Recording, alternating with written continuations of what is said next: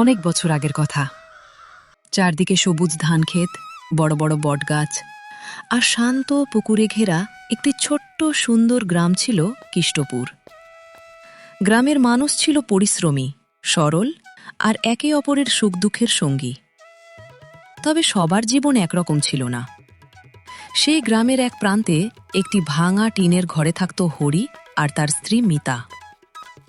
সংসারে ছিল না কোনো জমি, ছিল না কোনো সঞ্চয়। হরির একমাত্র সম্বল ছিল একটি পুরনো কাঠের ঠেলাগাড়ি। প্রতিদিন বিকেলে সে নিজের হাতে বানানো গরম গরম চটপটি চিকেন পকোড়া বিক্রি করত। সেই আয় দিয়েই কোনো রকমে তাদের দুবেলা খাবার জুটত। একদিন বিকেলে হরি পকোড়ার মশলা মাখাচ্ছিল। হরি, আজ আকাশটা কিন্তু ভালো লাগছে না। সকাল থেকেই কালো মেঘ করছে। মেঘ দেখে তো আর ঘরে বসে থাকলে চলবে না। আজ যদি বিক্রি না হয় তাহলে কাল আমাদের চুলায় আগুন জ্বলবে না। মিতা চুপ করে গেল। সে জানত হরি যা বলছে সেটাই সত্যি। হরি ঠেলাগাড়িতে কড়াই, তেল, মশলা আর চিকেন সাজিয়ে বেরিয়ে পড়ল। সন্ধ্যা নামতেই পুরো কিষ্টপুর কালো মেঘে ঢেকে গেল। ঠান্ডা বাতাস বইতে লাগল। হঠাৎ বিদ্যুতের ঝলকানি, তারপরে বিকট শব্দে মেঘ গর্জে উঠল। হরি গ্রামের মোড়ে পৌঁছেই ঠেলাগাড়ি দাঁড় করালো। হে ভগবান, আজ শুধু একটু বিক্রি করে বাড়ি ফিরতে দিও। ঠিক তখনই ঝমঝম করে বৃষ্টি নেমে এলো। চারদিকে হুড়োহুড়ি পড়ে গেল। সব দোকানদার তাড়াতাড়ি দোকান গুটিয়ে বাড়ি ফিরতে লাগল। এমন সময় গ্রামের বৃদ্ধ গণেশ কাকা ছাতা হাতে সেখানে এলেন। হরি, আর দাঁড়িয়ে লাভ নেই। আজ আর কেউ আসবে না, বাড়ি চলে যান। কাকা, গরিব মানুষ বৃষ্টিকে ভয় পায় না, ভয় পায় খালি হাড়িকে। গণেশ কাকা দীর্ঘশ্বাস ফেলে চলে গেলেন। বৃষ্টি আরও জোরে পড়তে লাগল। পুরো বাজার ফাঁকা। হরি একটা বড় আম গাছের নিচে দাঁড়িয়ে ভিজে রাস্তার দিকে তাকিয়ে রইল। তার চোখে চিন্তার ছাপ। হরি বলতে লাগল, আজ যদি কিছুই বিক্রি না হয় মিতার মুখে কি বলবো? ঘড়িতে রাত 8টা। বৃষ্টি একটু কমতেই হরি ঠেলাগাড়ি ঘুরিয়ে বাড়ির দিকে রওনা দিল। ঠিক তখনই একটি সাদা রঙের বড় গাড়ি এসে তার সামনে থামল। গাড়ি থেকে একজন ভদ্রলোক আর তার স্ত্রী নেমে এলেন। ভাই, কিছু গরম খাবার আছে? অনেকক্ষণ ধরে রাস্তায় আটকে আছি, খুব ক্ষুধা পেয়েছে। হরির মুখে হাসি ফুটে উঠল। অবশ্যই আছে বাবু, 5 মিনিট সময় দিন। সে তাড়াতাড়ি কড়াইতে তেল গরম করল। তারপর মশলা মাখানো চিকেন একে একে তেলে ছেড়ে দিল। গরম তেলের শব্দে চারদিকে ছড়িয়ে পড়ল দারুণ সুগন্ধ। ভদ্রমহিলা মুগ্ধ হয়ে বললেন, কি সুন্দর গন্ধ। হরি সুন্দর করে পেঁয়াজ, লেবু আর স্যালাড দিয়ে পকোড়া পরিবেশন করল। ভদ্রলোক একটি পকোড়া মুখে দিয়েই অবাক। অসাধারণ। ভদ্রমহিলা খেয়ে বললেন, এত মজার পকোড়া আমরা কোনোদিন খাইনি। হরি লজ্জা পেয়ে বলল, আপনাদের ভালো লেগেছে, এটাই আমার সবচেয়ে বড় পাওনা। ভদ্রলোক বললেন, আমাদের জন্য আরো 4 প্লেট প্যাক করে দিন। হরি আনন্দে ব্যস্ত হয়ে পড়ল। সব প্যাকেট তৈরি হলে ভদ্রলোক পকেট থেকে 2000 টাকার একটি নোট বের করলেন। বাবু, আমার কাছে তো খুচরো নেই। খুচরো লাগবে না। এই ঝড়ের রাতে তুমি আমাদের গরম খাবার খাইয়েছ, এটা তোমার পরিশ্রমের সম্মান। হরির চোখ ভিজে উঠল। সে 2 হাত জোর করে বলল, ভগবান আপনাদের সব সময় সুখে রাখুন। ভদ্রলোক হেসে গাড়িতে উঠে চলে গেলেন। সবকিছু দূর থেকে দেখছিল গ্রামের মুদি দোকানদার নির্মল। তার মুখে ঈর্ষার হাসি। নিজের মনে মনে বলতে লাগল, এক রাতে 2000 টাকা! এভাবে চলতে দিলে তো ও একদিন আমার থেকেও বড় হয়ে যাবে। সে দ্রুত নিজের দোকানে ফিরে কর্মচারী কালুকে ডাকল। কালু! জি বাবু। কাল সকাল থেকে এমন গুজব ছড়াবি যাতে গ্রামের কেউ আর হরির দোকানে না যায়। কিন্তু বাবু, যদি ধরা পড়ি? মানুষ সত্যি যত না বিশ্বাস করে, গুজব তার চেয়েও বেশি বিশ্বাস করে। দুজনেই শয়তানি হাসি হাসতে লাগল। এদিকে হরি খুশি মনে বাড়ি ফিরল। এত দেরি করলে কেন? হরি টেবিলের ওপর 2000 টাকার নোটটা রাখল। মিতা অবাক হয়ে বলল, এত টাকা? হরি সব ঘটনা খুলে বলল। মিতার চোখে আনন্দের জল চলে এলো। দেখেছ, সৎ মানুষের পরিশ্রম কোনোদিন বিফলে যায় না। হরি আকাশের দিকে তাকিয়ে মৃদু হেসে বলল, আজ মনে হচ্ছে ভগবান আমাদের কথা শুনেছেন।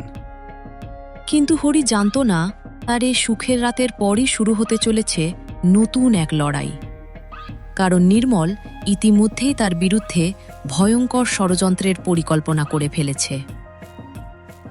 পরের দিন সকাল থেকেই কৃষ্টপুরে হালকা বৃষ্টি পড়ছিল। রাতের ঘটনার কথা মনে করে হরির মন ভরে গিয়েছিল নতুন আশায়। সে আগের চেয়ে আরও যত্ন করে তাজা চিকেন, ভালো মশলা আর পরিষ্কার তেল কিনে আনলো। আজ মনে হচ্ছে তোমার সব পকোড়াই বিক্রি হয়ে যাবে। ভগবানের আশীর্বাদ থাকলে তাই হবে।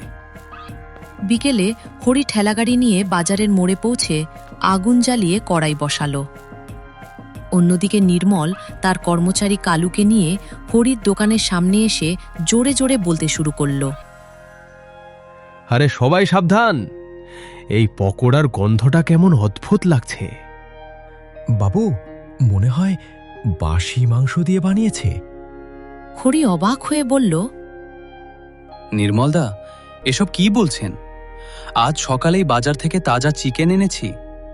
হাসতে হাসতে বলল, তাই নাকি? শুনেছি কাল শহর থেকে যারা খেয়ে গিয়েছিল তারা নাকি সবাই অসুস্থ হয়ে পড়েছে। এই কথা শুনে দু একজন ক্রেতা পিছিয়ে গেল। একজন গ্রামবাসী বলল, যদি সত্যিই অসুস্থ হয়ে থাকে তাহলে না খাওয়াই ভালো। ধীরে ধীরে হরির দোকান ফাঁকা হয়ে গেল। বৃষ্টি আবার জোরে শুরু হলো। হরি চুপচাপ দাঁড়িয়ে রইল। কড়াইতে তেল গরম, কিন্তু কোনো ক্রেতা নেই। তার চোখে জল চলে এলো। আমি তো কারো ক্ষতি করিনি, সবাই আমাকে এভাবে ভুল বুঝছে কেন? দূরে দাঁড়িয়ে নির্মল সব দেখে মনে মনে হাসতে লাগল। ঠিক তখনই একটি পরিচিত সাদা গাড়ি এসে থামল। গাড়ি থেকে নামলেন সেই ভদ্রলোক এবং তার স্ত্রী। আরে ভাই, আজ আবার তোমার পকোড়া খেতে চলে এলাম। হরি অবাক হয়ে বলল, আপনি? কিন্তু গ্রামের সবাই বলছে আমার পকোড়া খেয়ে আপনি নাকি অসুস্থ হয়ে পড়েছিলেন। ভদ্রলোক হেসে উঠলেন। এসব কে বলেছে? আমি তো আগের থেকেও ভালো আছি। তার স্ত্রী বললেন, তোমার পকোড়ার কথা শুনে আজ আমরা আমাদের কয়েকজন বন্ধুকেও নিয়ে এসেছি। ঠিক তখনই আরও 3টি গাড়ি এসে দাঁড়ালো। সেখান থেকে কয়েকটি পরিবার নেমে এলো। সবাই হরির দোকানের সামনে লাইন দিয়ে দাঁড়ালো। আমাদেরও 4 প্লেট দিন। আমাদের 6 প্লেট। চারদিকে আবার পকোড়ার সুগন্ধ ছড়িয়ে পড়ল। গ্রামের মানুষ অবাক হয়ে তাকিয়ে রইল। একজন বলল, যদি পকোড়া খারাপ হতো তাহলে এরা আবার আসতো কেন? আরেকজন বলল। আমরাও খেয়ে দেখি। মুহূর্তের মধ্যেই হরির দোকানে ভিড় লেগে গেল। নির্মলের মুখ শুকিয়ে গেল। সে চুপচাপ দাঁড়িয়ে রইল। একজন বৃদ্ধ এসে বললেন, নির্মল, মিথ্যা কথা বলে মানুষের রুজি রোজগার নষ্ট করা ভালো নয়। নির্মল কোনো উত্তর দিতে পারল না। রাতের শেষে হরির সব পকোড়া বিক্রি হয়ে গেল। সে বাড়ি ফিরে টাকার থলেটা মিতার হাতে দিল। আজ তো আগের দিনের থেকেও বেশি বিক্রি হয়েছে। হ্যাঁ, মনে হচ্ছে এবার একটা ছোট্ট দোকান ভাড়া নেওয়ার সময় এসেছে। সত্যি? তাহলে আর বৃষ্টির জন্য ব্যবসা বন্ধ হবে না। হ্যাঁ, মানুষ বসে আরাম করে খেতেও পারবে। দুজনেই নতুন স্বপ্ন দেখতে শুরু করল। পরদিন সকালে হরি গ্রামপ্রধান হরিদাসের কাছে গেল। সব কথা শুনে হরিদাস বললেন, হরি, আমি তোমার পরিশ্রম দেখেছি। বাজারের মাথায় একটি পুরনো দোকান খালি আছে, চাইলে সেটি তোমাকে ভাড়ায় দেব। হরির চোখ আনন্দে ভরে গেল। আপনাকে অনেক ধন্যবাদ প্রধানমশাই। আমি কখনো আপনার বিশ্বাস ভাঙব না। হরি জানত না তার জীবনের নতুন অধ্যায় শুরু হতে চলেছে। কিন্তু নির্মলও চুপ করে বসে থাকার মানুষ নয়। সে এবার আরও বড় ষড়যন্ত্রের পরিকল্পনা করছে। কয়েকদিনের মধ্যেই কিষ্টপুর বাজারের মাথায় ছোট্ট একটি দোকান ভাড়া পেল হরি। নিজের জমানো টাকা দিয়ে সে দোকানটি রং করল, নতুন বেঞ্চ বসালো, পরিষ্কার কড়াই কিনল এবং দরজার ওপরে একটি সুন্দর সাইনবোর্ড লাগালো। হরির চটপটি চিকেন পকোড়া। দোকান উদ্বোধনের দিন সকাল থেকেই গ্রামের মানুষ ভিড় করতে শুরু করল। আজ তোমার স্বপ্ন সত্যি হলো হরি। এটা শুধু আমার নয়, আমাদের দুজনের স্বপ্ন। হরি সবাইকে নিমন্ত্রণ করলেও নির্মলের মন আরও জ্বলে উঠল। সে রাতে 2 দুষ্কৃতীকে ডেকে বলল, কাল দোকানে গিয়ে ঝামেলা করবে, বলবে পকোড়ার মধ্যে পাথর পেয়েছ, দোকান ভেঙে দেবে। লোকজন ভয় পেলে আর কেউ ওর দোকানে যাবে না। 2 লোক টাকার লোভে রাজি হয়ে গেল। পরদিন সন্ধ্যায় দোকানে প্রচণ্ড ভিড়। ঠিক তখনই 2 দুষ্কৃতী ঢুকে পড়ল। এই 1 প্লেট পকোড়া দে। হরি হাসি মুখে পকোড়া পরিবেশন করল। লোকটি 1 কামড় খেয়েই চিৎকার করে উঠল। এটা কি পকোড়ার মধ্যে পাথর? সে পকেট থেকে লুকিয়ে আনা একটি ছোট পাথর প্লেটে ফেলে দিল। এই দোকান বন্ধ করে দাও, সবাইকে বিষ খাওয়াচ্ছে। 2 দোকানের চেয়ার টেবিল ভাঙতে শুরু করল। ক্রেতারা ভয় পেয়ে পিছিয়ে গেল। ঠিক তখনই বাইরে একটি মোটরসাইকেল এসে থামল। নতুন পুলিশ অফিসার সুব্রত দোকানে ঢুকলেন। এখানে কি হচ্ছে? দুষ্কৃতী বলল, স্যার, পকোড়ায় পাথর। পুলিশ প্লেট তুলে ভালো করে দেখলেন। তারপর হেসে বললেন, মজার ব্যাপার, পাথরটা একদম শুকনো, অথচ পকোড়া তেল থেকে সবে উঠেছে। পাথরে তো 1 ফোঁটা তেলও লাগেনি। সবাই অবাক। সত্যি কথা বলো, কে পাঠিয়েছে তোমাদের? 2 ভয়ে কাঁপতে লাগল। স্যার, নির্মল আমাদের টাকা দিয়েছে। চারদিকে ফিস ফাঁস শুরু হয়ে গেল। গ্রামের সবাই হতবাক। একজন বৃদ্ধ বললেন, ছি নির্মল, নিজের গ্রামের মানুষের সঙ্গে এমন বিশ্বাসঘাতকতা! ঠিক তখনই নির্মল দূর থেকে সব দেখে চুপচাপ সরে যেতে লাগল। পুলিশ তাকে ডেকে বললেন, এবারের মতো সতর্ক করছি, আবার এমন করলে সরাসরি জেলে যেতে হবে। নির্মল মাথা নিচু করে চলে গেল। গ্রামের মানুষ হরির কাছে এসে বলল, হরি, আমাদের ক্ষমা করে দিও, আমরা না জেনেই তোমাকে সন্দেহ করেছিলাম। হরি মৃদু হেসে বলল, ভুল তো মানুষই করে। আপনারা বসুন, আমি সবাইকে গরম গরম পকোড়া দিচ্ছি। কিছুক্ষণের মধ্যেই দোকানে আবার লম্বা লাইন পড়ে গেল। শহর থেকেও ক্রেতারা আসতে শুরু করল। রাতের শেষে সব পকোড়া বিক্রি হয়ে গেল। হরি আর মিতা দোকান গুছাতে গুছাতে হাসছিল। আজকের দিনটা আমি কোনোদিন ভুলব না। সত্যকে কেউ বেশি দিন হারাতে পারে না। ক্যামেরা ধীরে ধীরে দোকানের সাইনবোর্ডের দিকে উঠে যায়। হরির চটপটি চিকেন পকোড়া। দোকানের সামনে এখনো কয়েকজন ক্রেতা দাঁড়িয়ে। কিন্তু নির্মলের হিংসা এখনো শেষ হয়নি। সে আবারও হরিকে হারানোর চেষ্টা করবে, আর সেই লড়াই বদলে দেবে 2জনের জীবন। হরির দোকানে প্রতিদিন ভিড় বাড়তে লাগল। কিষ্টপুরের পাশাপাশি পাশের গ্রাম থেকেও মানুষ শুধু হরির চটপটি চিকেন পকোড়া খেতে আসত। অন্যদিকে নির্মলের মুদি দোকান প্রায় ফাঁকা পড়ে থাকত।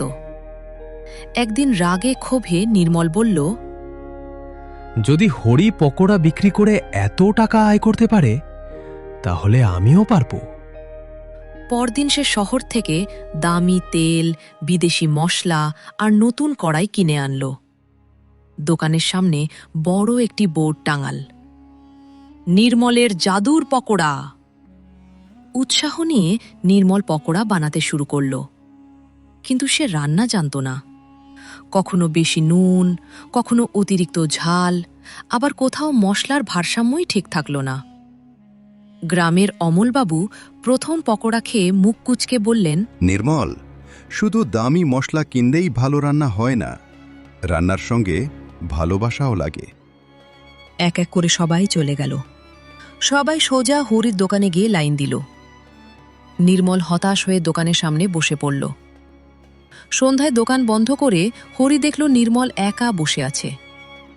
হরি নিজের দোকান থেকে 1 প্লেট গরম পকোড়া নিয়ে তার কাছে গেল। এখানে কেন এসেছিস? আমাকে অপমান করতে? না দাদা, সারাদিন কিছু খাওনি, তাই ভাবলাম একসাথে বসে একটু খাই। নির্মল অবাক হয়ে হরির মুখের দিকে তাকিয়ে রইল। সে ধীরে ধীরে একটি পকোড়া মুখে দিল। চোখে জল চলে এলো। আমি তোকে অনেক কষ্ট দিয়েছি, তবুও তুই আমার ভালো চাস? হিংসা মানুষকে ছোট করে, কিন্তু ক্ষমা মানুষকে বড় করে। নির্মল মাথা নিচু করে বলল, আমাকে ক্ষমা করে দে ভাই। দুজন একে অপরকে জড়িয়ে ধরল। কয়েকদিন পর হরি নির্মলকে বলল, তুমি হিসাব রাখতে খুব ভালো পারো, আর আমি রান্না করি। আমরা যদি একসাথে কাজ করি তাহলে আরো বড় হতে পারবো। নির্মল অবাক হয়ে বলল, তুই আমাকে সত্যিই নিজের সঙ্গী করতে চাইছিস? অবশ্যই, বন্ধু একসাথে এগোলে সাফল্যও বড় হয়। কয়েক মাস পর কিষ্টপুরের মোড়ে তৈরি হল একটি বড় ধাবা। হরি রান্না করত, নির্মল দোকান সামলাত, মিতা ক্যাশ দেখত। প্রতিদিন দূর দূরান্ত থেকে মানুষ আসত। একদিন গ্রামপ্রধান হরিদাস হেসে বললেন, আজ তোমাদের দোকান শুধু ব্যবসা নয়, কিষ্টপুরের গর্ব হয়ে উঠেছে। হরি আর নির্মল একে অপরের দিকে তাকিয়ে হাসল।